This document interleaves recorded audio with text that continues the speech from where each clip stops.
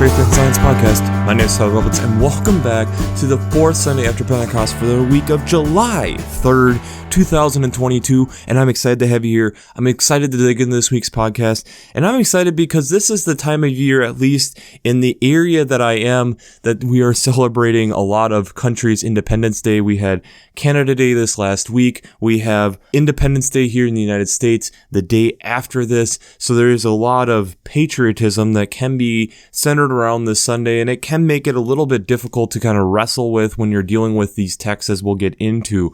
But I think it's also a time where it can allow for us to reflect, think about the sacrifices, think about the people and how much work it took to be able to come up with democracies and work to be able to make them happen in reality. And I think one of the pieces of that kind of gets overlooked is the amount of cooperation that it actually took. It didn't mean digging into the trenches and fighting super, super hard. It means that, yes, you can have a strong stance on something, but it also means that how do you come together as a group of people to be able to put the greater good ahead of yourself? And I think that's one of the things that's really admirable about recognizing these Independence Days, is the cooperation that it took to actually make happen. So that to me is exciting. We are also halfway through the year of 2022, which is exciting, crazy how fast that's all happened. But here we are, and there's nothing we can do about it. We are now in July. So let's talk about the question that we had for last week. Are you willing to innovate in your own faith? And as a whole, are we willing to innovate in our faith? And I think we got a response this week that I thought was really good, talking about how we need to let younger folks be able to lead. And I think this is one of the things that has kind of been laid on me more and more. As I am 30, I feel that I am on the back end of this innovative phase. Like, yes, I still have a lot of ideas, and yes, I'm willing to input a lot of ideas on where I feel as a broader church we should be moving, but I also recognize that there's a lot of great and better ideas, and where I can then start to maybe see where they come in and how to implement them, coming from our younger folks who are younger than I am. And I think that's the challenge within the church, is in willing to innovate, and being willing to innovate means we need to let go of things that we want to have control of. And it also means that we have to allow to give the keys to people who at times it might seem to be reckless, but I think there's a lot of times, especially me working within youth ministry, I think there is a point where we recognize that they understand the responsibility of that, and they really are honored to be able to have the keys to something like that. So I think that's an important part of it. But it means also, as a church as a whole, we need to be willing and able to be flexible and to try new things and be willing to see something fail, be willing to let go of things, but realizing that's all steps forward in being able to help us move forward the ministry in and of itself. So let's jump into the text for this week. One of the altar texts for the first reading is from 2 Kings chapter 5, verses 1 through 14. This is the healing of Naaman. Naaman is a commander within the army of Aram, which is an enemy of Israel, and he is suffering from leprosy and is this kind of really key leader. He gets permission from King Aram to go to Israel after hearing from his wife that there's this Israel, the people, their God, that can do healing. He then goes to the king of Israel with this letter, kind of letting him know, this is my servant, cure his leprosy. The king tears his clothes in two, but Elisha hears about this, says, send him my way. Naaman comes to Elisha's house. Elisha sends out a messenger, so doesn't even go and see him himself, and says, go wash in the Jordan 7 times and your flesh shall be restored. Naaman gets upset with this, stating, there's all these other rivers around me. Why couldn't I go to those? Why do I come all the way here? He doesn't have the decency to even come out and talk to me. It's got to send a servant out to me. And it's the servants of Nahum that kind of reiterate, if this was difficult, would you have not have done this? How difficult really is this? He goes, he does this, and he is made well. The psalm that goes with that is Psalm 30. And this is then recognizing, which I find interesting, on how the Lord works within us and it helps us to overcome our enemies. And that as we continue to have this relationship and continue to call out to God, God continues to provide in that. And that even though we might be, and verse 5 probably be one of the most familiar, for his anger is but for a moment, his favor is for a lifetime. Weeping may linger for a night, but joy comes in the morning. Talking about how God looks at things. And I think even times within our lives, how there's times where we're angry with God. It doesn't last forever. It might happen for the night, but the joy comes when we wake up in the next day or over a period of time. And that in all of this then, that God is continuing to move forward his mission by us working and helping with it. And that this is something that we're helping God with, but God has also designed us to be that and recognizing that fulfillment within our own lives as we do that. The other Old Testament text is from Isaiah chapter 66, verses 10 through 14. This text is again a very encouraging text, and we have to recognize the fall of Jerusalem and the rebuilding process is going on at this point. And so we're getting this rejoicing for all those who mourn over the loss of the temple. And that here we get God looked at as a mother nursing a child on their knee, just letting him suckle and taking care and the things we do with a child to make sure they recognize they're loved, they're cared for, they're fed, they're nourished, they're loved, they're held, they're in the mother's arms. And I think this idea of how even though things look real bad at this moment for the tribe of Israel, that God is still with them. Things will flourish. You just got to give it time and you just got to recognize that God has them in the palm of his hand and is just carrying them and holding them. The psalm that goes with that is Psalm 66, verses 1 to 9. And this is then rejoicing in that. Being a joyful noise, recognizing the name of God and recognizing all the amazing and powerful things that God has done. And when that is encompassed, realizing that he turned the sea into dry land, realizing that he's passed through the river on foot and we rejoice in him. This whole idea of looking around us and recognizing the amazingness of what God has done around us. So thus we should recognize that. The second reading is out of Galatians chapter 6, optionally verses 1 to 6, and then 7 through 16. This is the last week we're in Galatians as this little 3-week mini-series. And here we have to remember a couple things. One, Paul writing to the people of Galatia. 2, Paul, this is seen as kind of toward the end of his ministry, and there's questions on how good his eyesight is. And that is especially evident here in verse 11. See what large letters I make when I am writing in my own hand. The idea of how Paul is almost telling this to the author of who's writing this down, and Paul just takes it out of his hand and starts writing on the end of the letter. But here, Paul is recognizing that whenever we are transgressing, that we should have this spirit of gentleness to help each other in that. Bear one another's burdens, coming out of verse 2.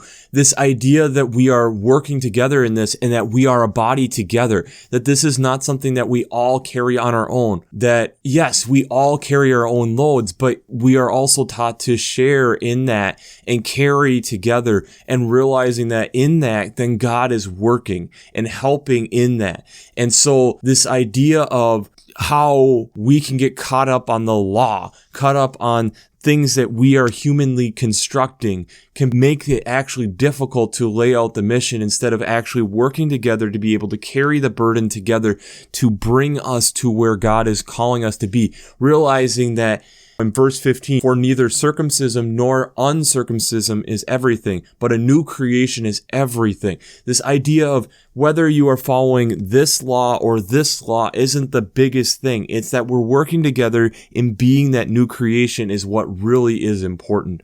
And so that is what I find really interesting, in that we're working together in doing that. The gospel text this week is out of Luke chapter 10, verses 1 to 11 and 16 through 20.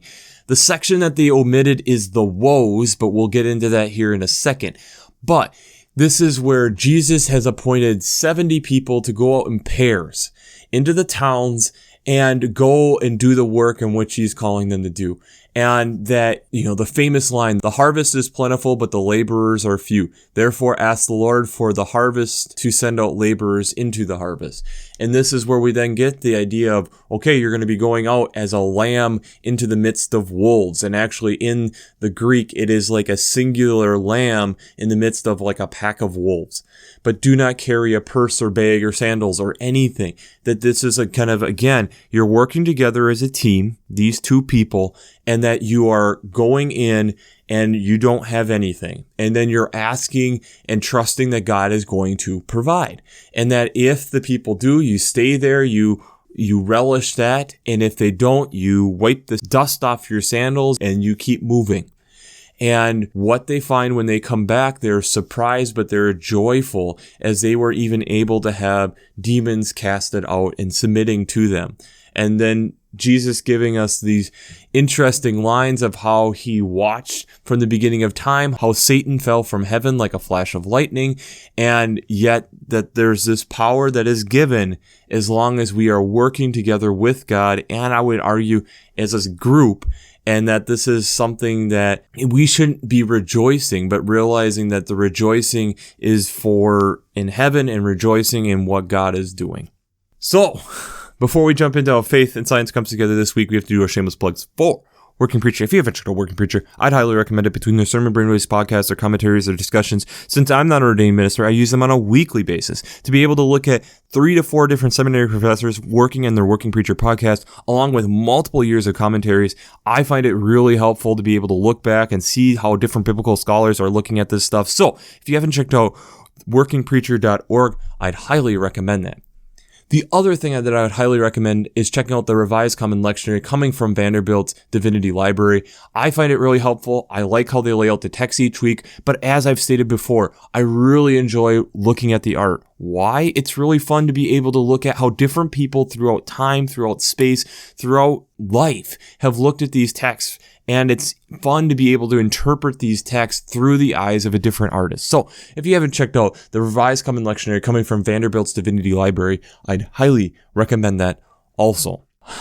This is a difficult text as a preacher. But what I think we also have to recognize in this is that look at how much in all these sections of scripture, the people are dependent on other people. Even in the gospel text here, Jesus is sending the people out in pairs of 2, bringing nothing, and then trusting that God is going to continue to provide. Why? I would argue for 2 reasons. One, to make sure that it helps humble the person, realizing that it's not purely about them.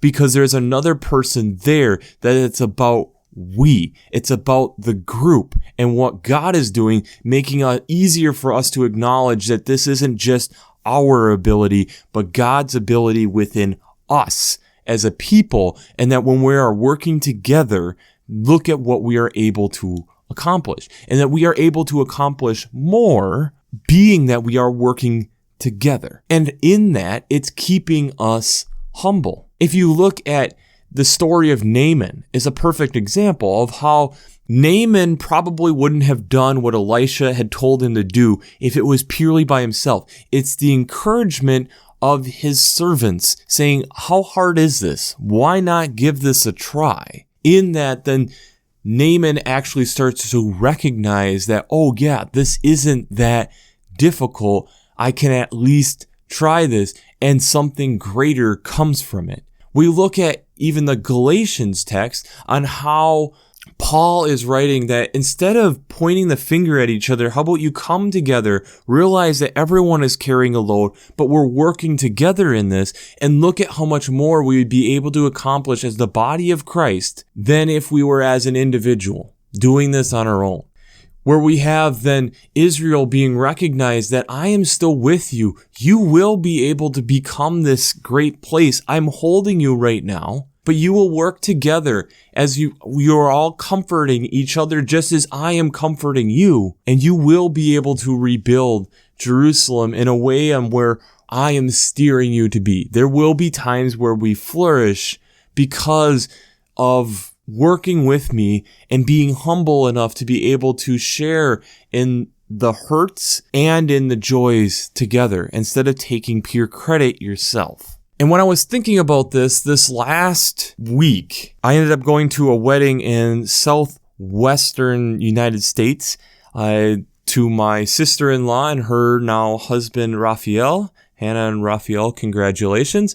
But I got to see, for me, something that I have never seen before. And it's something that I have written about when I was in grade school, and it's something I was really excited to see, and that is Harris hawks.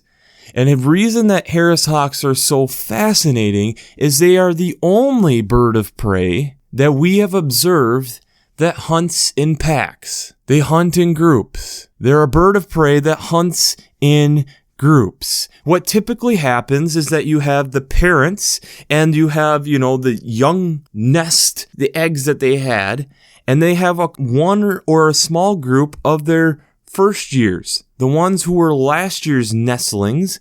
And so what happens is that they will have usually like the nestlings go down and they're on the ground and they're trying to flush or move around or get the prey to get out from their hiding places.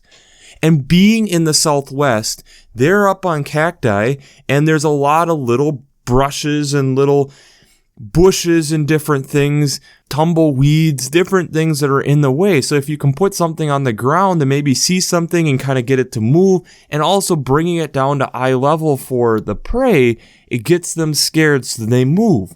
Well, what does that do? Now you have a moving target and it's somewhat focused on, I just got to run, and now you have aerial on that.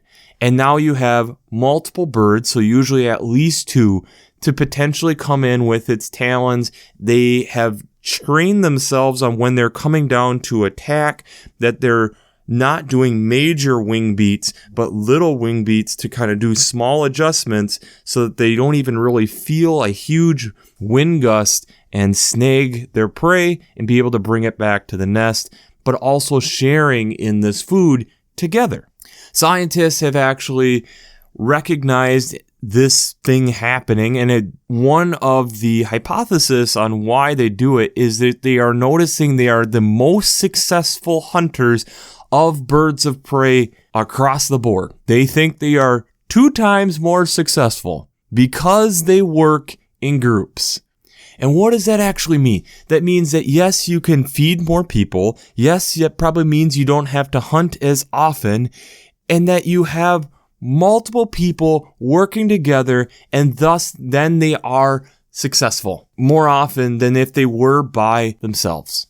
I think this just reiterates these texts so much. How often within our own faith lives we feel that we have to take it on ourselves. I think in a lot of ways churches, as individual churches, feel we have to do this ourselves instead of actually working together with other churches as much as we should. And the funny thing is, especially kind of being behind the curtain, it's amazing how much pastors will work together with other pastors, but yet then the congregations don't see that. How often could we as congregations be working together to do something greater than what we could be able to do by ourselves? Are we open to that idea? Are we humbling ourselves enough to be able to do that? Within our own faith, do we recognize that there are times that there might be things that we are striving to do ourselves that would really be better if we had a small team around us to be able to do something greater than what ourselves could do? It's something I wrestle with this podcast. This is basically a one-man band. And there's times where it's like, is there times that I am holding myself back because I don't have the people around me to be able to help me with this? And how do I even offer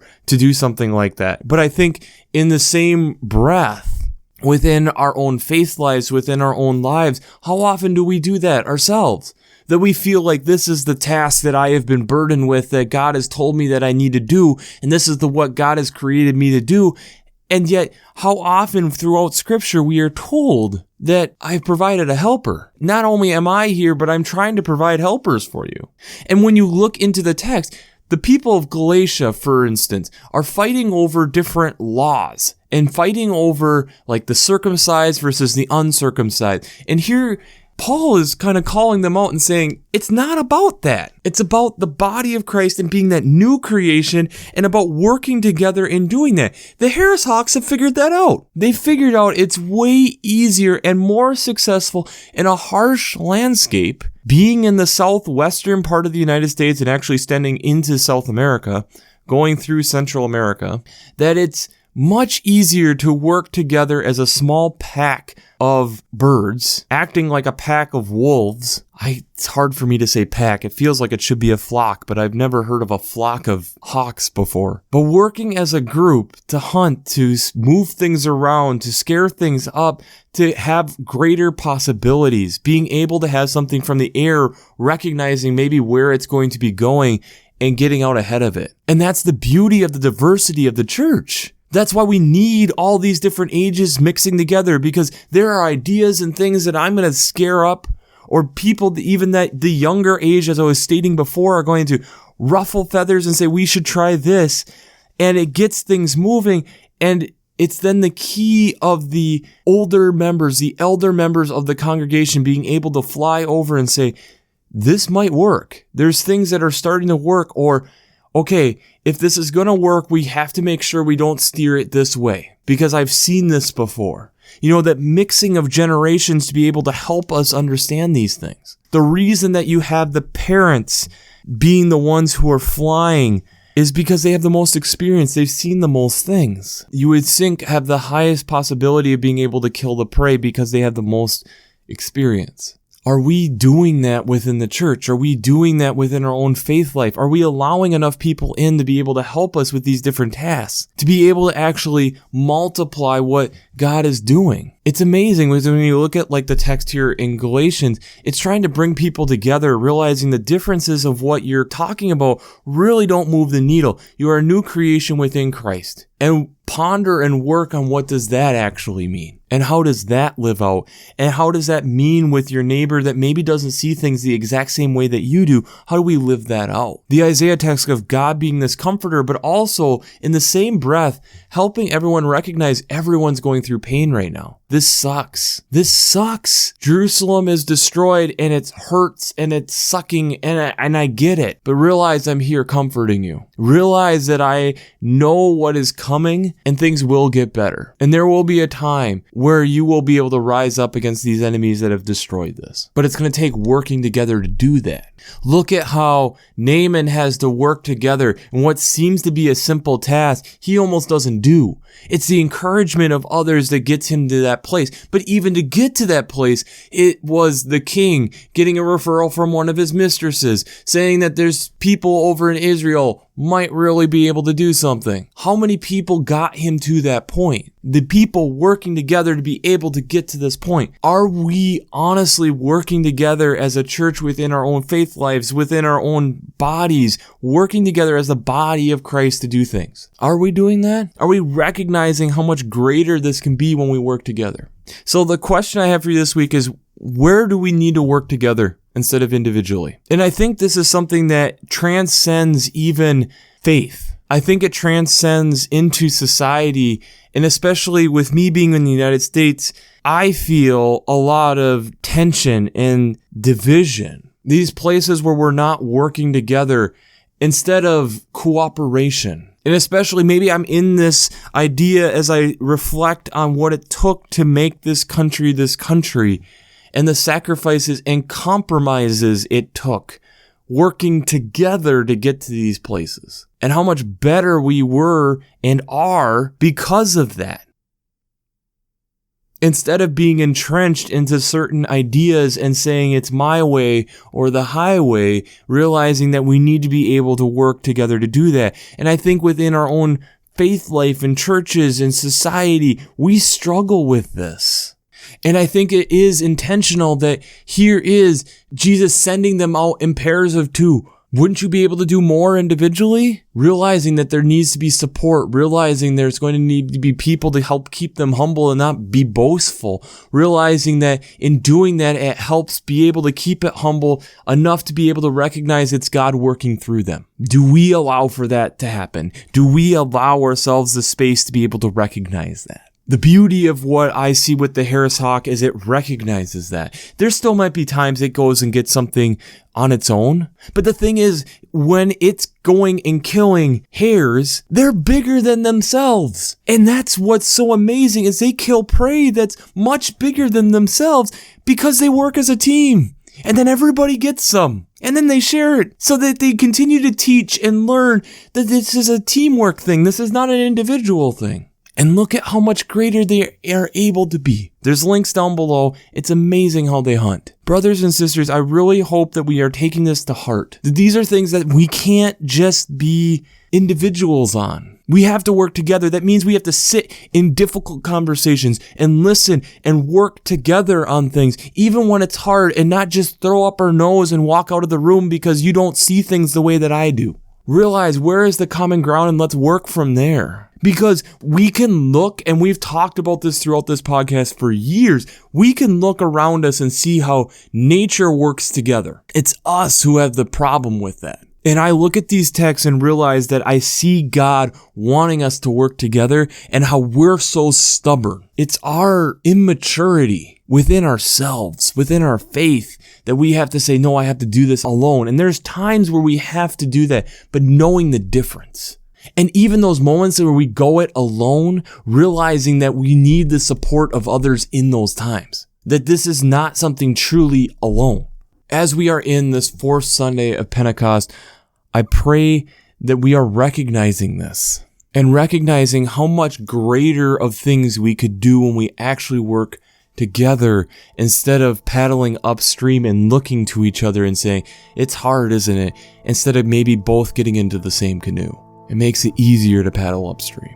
And the more people, yes, there's more weight, but yes, there's more power behind each stroke to potentially get to where we're going, or the wisdom to know maybe there's a spot we need to steer to that would make it easier to go upstream. I pray that we are willing and able to recognize that, to be able to actually move forward, to be able to hear things that maybe seem simple and we cast aside like Naaman and realize that that's actually what we needed to do. Realize that there are times we're mourning together, just like when everybody is going through a tragic thing, and realizing that God is still there and that we can comfort each other by realizing and recognizing that we're in this together. Realizing that we need to be sharing in each other's burdens and working through them together, and realizing that God is still there. And that God sent us out in twos to do amazing things together and not to just do them individually. So, we'll wrap this up as we always do. I pray God blesses you through your faith and amazes you through science.